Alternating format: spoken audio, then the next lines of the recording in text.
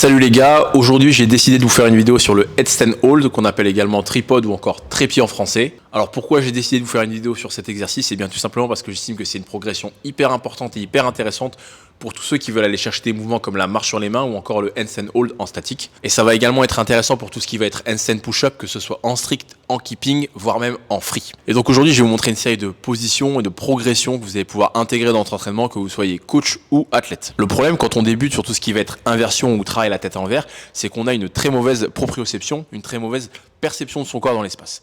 Et pour pouvoir corriger ça, il va falloir qu'on passe beaucoup de temps la tête à l'envers. Le problème, encore une fois, c'est que comme on débute, on ne tient pas suffisamment longtemps. Quand vous essayez de vous mettre sur les mains au début, vous tenez quoi 2-3 secondes maximum avant de retomber sur les pieds. Et donc, c'est là que le travail de tripod, de trépied, de headstand est intéressant, puisque comme on a 3 appuis et pas 2, on a une position qui est beaucoup plus stable et donc on va pouvoir accumuler beaucoup plus de temps la tête à l'envers. Mais avant d'aller plus loin et de vous montrer les différentes progressions, il faut que je vous parle de 2-3 concepts clés qui vont vous aider à créer plus de stabilité. Alors, je vais poser le micro, ce sera plus simple pour moi. Alors, premier concept à intégrer avant de démarrer, ça va être de créer de la stabilité avec le placement de nos mains et de notre tête. Donc comme son nom l'indique, c'est un trépied, ça veut dire qu'on va avoir les mains sur une ligne et la tête déportée en avant de cette ligne. La théorie voudrait qu'on essaye de positionner nos mains et nos têtes de telle sorte à former un triangle équilatéral. Si vous vous rappelez des maths au collège, c'est un triangle avec les 3 côtés égaux. On n'est pas obligé d'être aussi rigoureux que ça. Ce qu'on veut encore une fois, c'est que la tête soit déportée en avant de manière franche. Donc nous, on va chercher plutôt cette position-là, ok, parce que là, on sera bien stable. Et si malheureusement, on met les mains et la tête sur une seule et même ligne, ça ne veut pas dire qu'on ne pourra pas tenir, c'est juste qu'au moins de déséquilibre, on risque de partir en avant et de revenir sur nos pieds. Deuxième concept hyper important, c'est quelle partie du crâne on va positionner au sol. Nous, on veut faire en sorte de positionner le sommet du crâne au sol et pas la couronne ou le front. Pourquoi? Parce que si on se met dans cette position-là, imaginons je me mets sur le front, on peut tenir, c'est toujours pareil. Le problème, c'est que ça met énormément de tension au niveau du cervical. D'une part, ça met énormément de tension et surtout, ça met beaucoup de poids sur les bras.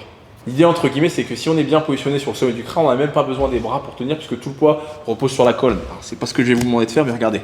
Si je suis bien positionné ici, je peux carrément lâcher les mains. Troisième et dernier point, ça va être l'orientation des mains. Nous, ce qu'on veut quand on fait un tripod ou un handstand, et ça marche pareil pour tout ce qui va être handstand, c'est avoir un index majeur orienté vers l'avant pour avoir un maximum de contrôle et stabilité. Et on veut à tout prix éviter de se retrouver avec les mains complètement ouvertes vers l'extérieur. Les gens qui font ça généralement, c'est parce que soit ils ne s'en rendent pas compte, soit ils ont des douleurs au poignet, ils ont un manque d'amplitude et donc pour soulager un petit peu leurs articulations, ils font ça. C'est pas un défaut qui est très grave, mais encore une fois, en cas de déséquilibre, on risque d'avoir moins de contrôle pour se retenir. Donc au maximum, index majeur tourné vers l'avant et si on a vraiment très mal au poignet, on peut ouvrir un tout petit peu. Première figure, première progression, c'est parti. Donc on pose les mains sur une seule et même ligne et on déporte la tête en avant de cette ligne. Une fois que je suis là, mon but ça va être de rebasculer mes hanches par-dessus ma tête et pour faire ça, il va falloir que je rapproche mes pieds, que je vienne faire ce qu'on appelle de la compression. Je ramène mes genoux vers la poitrine. Donc moi je suis assez mobile de la chaîne poste, je peux garder les jambes tendues, mais pour ceux qui sont un peu raides, vous pouvez garder les jambes fléchies. Une fois que je suis là, mon objectif ça va être de venir positionner mon genou droit sur mon coude droit, j'ai bien dit sur et pas à l'extérieur. Donc je lève la jambe, je positionne le genou sur le coude droit. Une fois que j'ai fait ça, le genou, je le fléchis et je tourne les pointes de pied vers le plafond. Vous avez vu quand je fais ça, tout le poids qui est sur le pied gauche, il quitte le pied gauche. Tout le poids rebascule sur mes bras. Et une fois que je suis là, tout doucement, je viens repositionner le genou gauche sur le coude gauche. Donc ça, c'est notre première figure. Moi, j'appelle ça le frog. Vous pouvez appeler ça comme vous voulez, jambes groupées, enroulées, et on redescend. Et on peut s'entraîner à remonter. Vous avez vu à chaque fois, vous pouvez vous entraîner aussi à monter des deux côtés. Ce qu'il faut bien comprendre quand vous faites cette figure, c'est qu'en fait tout le poids du bas du corps repose sur les coudes. Je pourrais même entre guillemets le faire sur un bras. Vous avez vu tout le poids. Tout est là. Ok. Donc c'est pour ça que c'est la première figure, c'est la figure la plus facile à mettre en place, puisqu'on n'a vraiment pas besoin de pousser sur les bras. Deuxième figure, après le frog, ça va être le tuck. Donc le tuck en anglais, ça veut juste dire jambes groupées. Et donc pour le mettre en place, vous avez deux solutions. La première solution, ça va être au moment où vous allez glisser vos pieds, rapprocher vos genoux de votre poitrine, et au lieu d'aller poser sur le genou, vous décollez la jambe, vous venez la mettre à 90 au niveau des hanches, 90 au niveau du genou. Et comme tout à l'heure, vous avez vu le poids, tout doucement, il quitte l'orteil gauche. Et on vient, comme je vous l'ai dit, genoux et hanches verrouillées à 90 degrés, abdos engagés. Ça, c'est la première solution. Deuxième solution, on part du frog et une fois qu'on est positionné sur le frog, on vient décoller les genoux pour encore une fois aller chercher cette position hanche et genoux à 90. Comme tout à l'heure, je suis sur mon frog et là, je pousse dans le sol, j'engage mes abdos et je viens me positionner en tuck. Et ce qui est intéressant, d'ailleurs vous allez pouvoir faire ça sur toutes les figures qu'on va voir aujourd'hui, c'est une fois que vous maîtrisez les différentes positions statiques, c'est apprendre à naviguer entre les différentes positions. Troisième position, je pense que vous vous en doutez, ça va être jambes tendues, qu'on appelle également en anglais le full. Alors, donc là, on va partir de notre position tuck qu'on vient de faire juste avant. Ok. Et une fois que je suis bien positionné, que j'ai le bassin par-dessus les épaules et la tête, ben, je vais venir tendre les jambes en regardant le bassin en rétroversion. Et si vous regardez bien, je suis sur une position de hollow et pas une position d'arche. Alors vous allez voir au début, celui-là, c'est assez compliqué de ressentir comment on est positionné. On a toujours l'impression d'être un petit peu trop penché, soit dans cette direction, soit carrément d'être trop cambré. Il ne faut pas chercher à être le plus droit possible, il faut chercher à se sentir stable. Donc, je répète, on garde les abdos bien engagés, jambes tendues, les jambes serrées l'une contre l'autre. Et surtout, on évite d'avoir trop de poids sur les bras. On est censé, comme je l'ai dit tout à l'heure, pouvoir tenir dans cette position, puisque tout le poids repose sur le sommet du crâne. Quatrième position qu'on appelle le straddle. Alors, l'idée ici, ça va être d'écarter les jambes, mais pas que. On va non seulement écarter les jambes, mais vous allez voir qu'on va fermer un peu les hanches.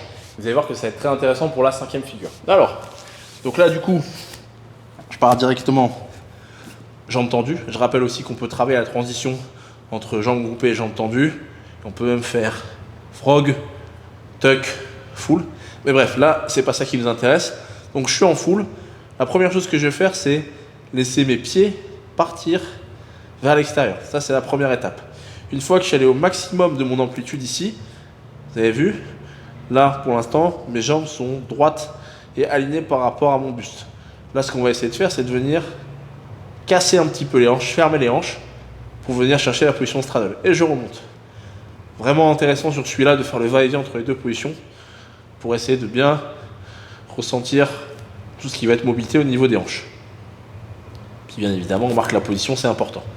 Cinquième position, le pike. Alors ce sera certainement la position la plus dure de cette vidéo. Quand vous entendez pike, normalement vous pensez à pike push-up, ben, c'est le même principe. Les pike push-up, c'est des pompes carpées. Ce qu'on veut, c'est se mettre en portefeuille et rapprocher au maximum les genoux de la poitrine. Et pour ça, il va falloir être un minimum mobile au niveau de la chaîne postérieure. Alors, la position pike, c'est quand on est, en réalité, quand on est tout en bas ici. D'accord?